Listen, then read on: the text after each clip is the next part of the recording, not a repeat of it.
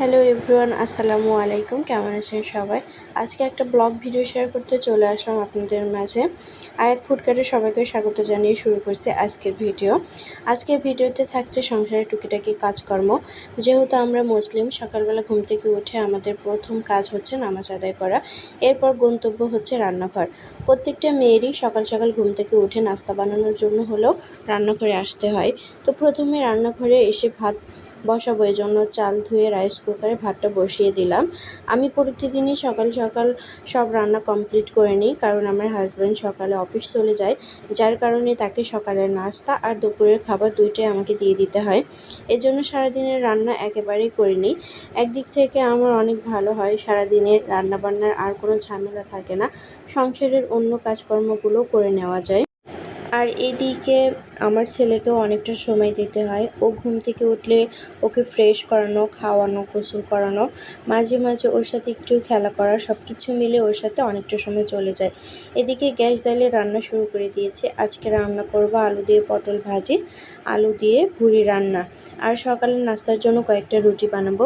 ভুড়ি দিয়ে রুটি খেতে কিন্তু অনেক বেশি ভালো লাগে। কার কার ভালো লাগে অবশ্যই কমেন্ট করে জানাবেন। আর আমার ছেলেও খুব সুন্দর করে রুটি খেয়ে নেয়, এজন্য ওর জন্য আলাদা করে নাস্তার কোনো ঝামেলা করতে হয় না। তবে মাঝে মধ্যে ওর খাবারের রুটিন আমি চেঞ্জ করি, কারণ বাচ্চারা একরকম খাবার খেতে সবসময় পছন্দ করে না। তো এখানে আমি পটলটা একদম সিম্পলভাবে ভাজি করে নেব। এই জন্য প্যানে পরিমাণ মতো তেল দিয়ে রসুন, পেঁয়াজ আর চেরা কাঁচামরিচ দিয়েছি। এখন এগুলো সুন্দর করে ভেজে নিয়েছি। এরপরে পটলটা দিয়ে পরিমাণ মতো লবণ, হলুদ দিয়ে পটলটা সুন্দর মতো ভাজি করে নেব। এরকম ভাজি কিন্তু রুটি দিয়ে খেতেও ভালোই লাগে। এরপরে হচ্ছে ভুড়ি রান্না করব বলে এখানে সুন্দর মতো সব বাটা মশলা অ্যাড করে মশলাটাকে ভালো মতো কষিয়ে ভুড়িগুলো দিয়ে মশলার সাথে ভেজে এরপরে আলুগুলো দিয়ে দিয়েছি।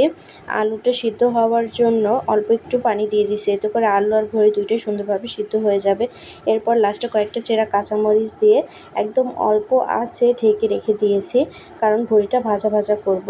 আমাদের বাসার সবাই ভুড়িটা ভাজা ভাজা করে রান্না করে খেতে বেশি পছন্দ করে। একটু ঝোল ঝোল রাখলে খায় না, অনেকে আবার ঝোল ঝোল রাখে, কিন্তু আমি ভুড়িটা একদম ভাজা ভাজা করবো, এই জন্য একদম লো আছে রেখে দিয়েছি। আর এদিকে হচ্ছে রুটিগুলো বানিয়ে নেব। এদিকে আমার ভুড়িটাও ভাজা হয়ে যাবে আর এদিকে রুটিগুলো বানানো হয়ে যাবে, এজন্য হচ্ছে রুটিগুলো বানিয়ে নিচ্ছি। আর সকালবেলা রান্নাবান্নার খুব বেশি তাড়া থাকে, তাড়াতাড়ি রান্নাবান্নাগুলো কমপ্লিট করতে হবে এজন্য। আর এদিকে আবার ভিডিও করতে হয়, ভিডিও করতে গেলে না অনেকটা সময় পার হয়ে যায়। আমরা যারা ইউটিউব অথবা ফেসবুকে ভিডিও বানাই তারাই জানি যে এই ভিডিও করতে গেলে কতটা পরিশ্রম করতে হয়। আগে আমিও ভাবতাম ভিডিও করা হয়তো সহজ, কিন্তু এখন যখন ভিডিও করি তখন বুঝতে পারি যে আসলে কতটা কঠিন। যারা ভিডিও দেখে তারা হয়তো মনে করে যে ভিডিও করাটা অনেক সহজ, কিন্তু না, এই ভিডিও করতে গেলে অনেক পরিশ্রমের দরকার, ধৈর্যের দরকার হয়। তবে আল্লাহ ধৈর্যের ফল সবসময় মিষ্টি দেয়, এই অপেক্ষায় আছে আল্লাহ একদিন ঠিকই সফলতা দিবে। এজন্য ধৈর্য ধরে কাজ করে যাচ্ছি। আর আপনাদের সবার সাপোর্ট চাই, আপনারা সবাই সাপোর্ট করলে ঠিকই একদিন এগিয়ে যেতে পারবো। রান্না করার শেষে অনেক থালা বাসন জড়ো হয়, সেগুলো ধুয়ে পরিষ্কার করে নিব।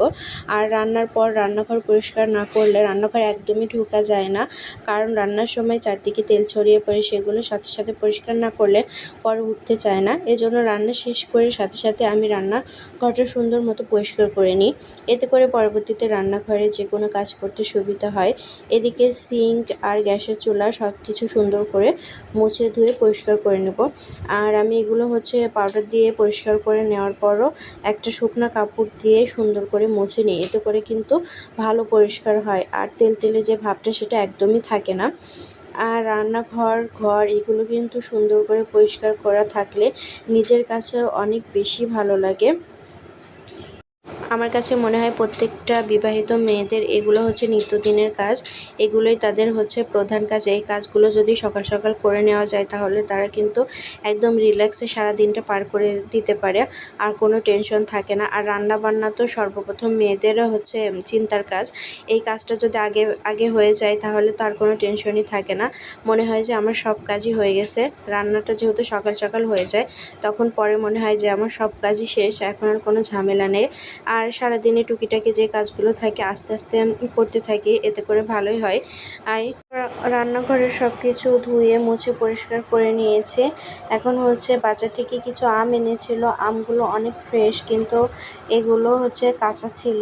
2 দিন হয়তো রেখে দিলে পেকে যাবে। আমগুলোর গায়ে অনেক কষ ছিল, এই জন্য পরিষ্কার করে ধুয়ে মুছে রাখলাম। যে কোনো জিনিস কিন্তু যত্ন করে রাখলে অনেক বেশি ভালো থাকে, সেটা হচ্ছে মানুষই হোক বা কোনো জিনিসই হোক, নিজেরও একটু মাঝে মধ্যে যত্ন নেওয়া প্রয়োজন। একটু সাজুগুজু করে থাকলে, নতুন ড্রেস পরলে কিন্তু অনেক বেশি ভালো লাগে। এরপর হচ্ছে রান্নাঘরের সব কাজ শেষ করে রুমে চলে গেলাম। এতক্ষণ আমার ছেলে ঘুমাচ্ছিল, রুমটা অগোছালো হয়ে আছে, এখন সুন্দর করে গুছিয়ে নেব। প্রথমে জানালার পর্দাটা সরিয়ে দিলাম বাইরের আলো বাতাস আসার জন্য।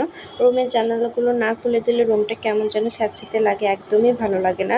আর বাইরের আলো বাতাস আসলে খুবই ভালো লাগে। এখন বিছানাটা গুছিয়ে নিব। রুমের মেন পার্ট হচ্ছে বিছানা। বিছানাটা যদি গোছানো থাকে তাহলে রুমটা দেখতে কিন্তু একদম পরিপাটি লাগে। মাশাআল্লাহ, বিছানাটা গুছিয়ে কত সুন্দর লাগছে। এরপর হচ্ছে প্রত্যেকটা ফার্নিচার পরিষ্কার করে নিব। একদিন যদি ফার্নিচারগুলো পরিষ্কার না করা হয় তাহলে পরের দিন দেখে মনে হয় কতদিন এগুলো পরিষ্কার করা হয় না। এটা হচ্ছে আমার নিত্যদিনের কাজ। প্রতিদিনই হালকা পাতলা মুছে পরিষ্কার করে রাখার চেষ্টা করি। আর সকাল সকাল সেই কাজগুলো যদি করে নেওয়া যায় তাহলে নিজের কাছে অনেক ফাঁকা লাগে। সারাদিনটা আমার আরাম করে কাটিয়ে দেওয়া হয়ে যায়। আর ঘরবাড়ি পরিপাটি থাকলে নিজের কাছে অনেক পরিপাটি লাগে। আমার মনে হয় প্রত্যেকটা বিবাহিত মেয়ের প্রতিদিনের কাজ এইগুলা। আর কিছুটা কাজকর্ম থাকে টুকিটাকি, সেগুলো হচ্ছে সারাদিনেও করা লাগে। সংসারে কিন্তু কম কাজ নয়, অনেক কাজই থাকে, কিন্তু এত কাজ ভিডিওর মাধ্যমে দেখানো সম্ভব নয়। এতে করে কিন্তু ভিডিওটা অনেক বড় হয়ে যাবে আর আপনাদের কাছে দেখতেও ভালো লাগবে না। এজন্য হচ্ছে যতটুকু সম্ভব আর যতটুকু পারলাম ভিডিওর মাধ্যমে ততটুকুই সেই কাজটুকু তুলে ধরলাম। আশা করি আপনাদের কাছে ভালো লাগবে। প্রতিদিনই একটা করে ব্লগ ভিডিও দেওয়ার চেষ্টা করব। আপনারা আশা করি আমাকে একটু সাপোর্ট আর ভালোবাসা দিবেন। আপনাদের সাপোর্টে আর ভালোবাসায় কিন্তু হচ্ছে আমি সামনের দিকে এগিয়ে যেতে পারবো।